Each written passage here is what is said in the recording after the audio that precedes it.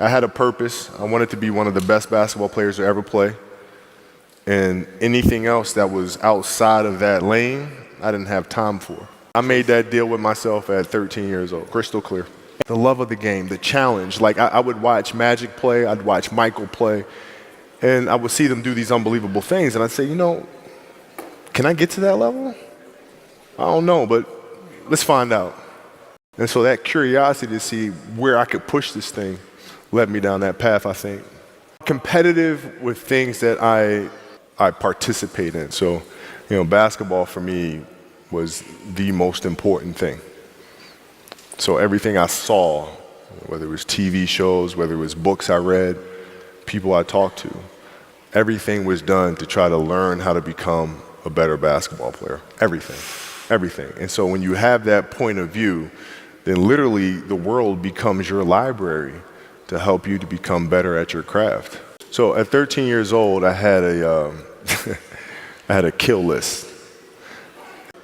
I got to hunt them down, right? I mean, every day. I mean, since 20 years. I mean, it was an everyday process and trying to figure out strengths and weaknesses. For example, jumping ability. Man, my vertical was a 40, it wasn't a 46 or a 45. My hands are big, but they're not massive. Right? So you got to figure out ways to strengthen them so your hands are strong enough to be able to palm a ball and do the things that you need to do. Quickness, I was quick, but not insanely quick. I was fast, but not ridiculously fast. Right? So I had to rely on skill a lot more.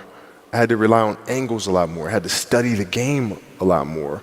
And but I enjoyed it though. So like from the time I can remember when I started watching the game, I studied the game and it just never changed. With the kids, it's different. So like the communication with our children is that, Pops is working hard. This is the level of attention to detail you need to have in everything you do. So it's setting the example. Same thing with my wife. My wife's a stay-at-home wife. It's the hardest job, man.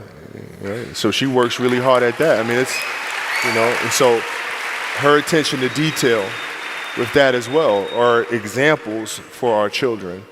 And then for my wife, it's, she's as competitive as I am. So she's like, listen, man, if you're going to be out here training 8 hours a day, if you're going to spend 9 months out of the year away from your family, you better win the championship. What are we doing this for?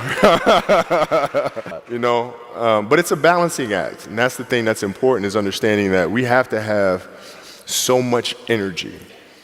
And if this was a game, you'd suck it up and play. I played games with the flu. I played games with 102-degree fever, man. You can't do that. You got to be on, man. I look at the schedule and see what I'm there for, what I'm not there for. Christmas, is it a road game or a home game this year? And then we make a family decision. It's family travel. Do I come back? Like sometimes I'd fly back. Like I'd play a game, and to not miss my daughter's birthday, I'd fly back, be there for her birthday, and then fly back with the team. Just to make sure I don't miss anything.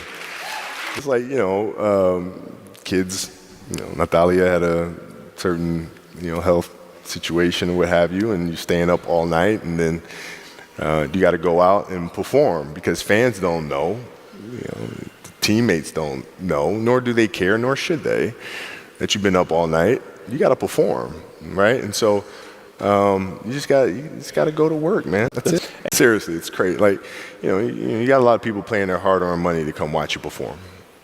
Perform. It's your job to be in shape. It's your job to be strong enough to perform at that level every single night. And as a competitor, I'm not ducking. Like, it's not, oh my God, my back hurts, I'm sore, we got to play Vince Carter and Toronto Raptors tonight. We actually had this happen. We had a game against Toronto in 2000, and Vince was tearing the league up. My back was jacked. But like the perception of that, like what? Kobe's missing the game against Toronto and Vince Carter because my back was really spasming. But people will be like, what? Oh, he's ducking Vince. Excuse me? No, I don't think so. So I would be in the layup line like, okay, there's a lot of days where, you can rest and recover. Today ain't one of them. Your back can bother you any other day. That ain't bothering me today. He gonna have to see me today. Yeah.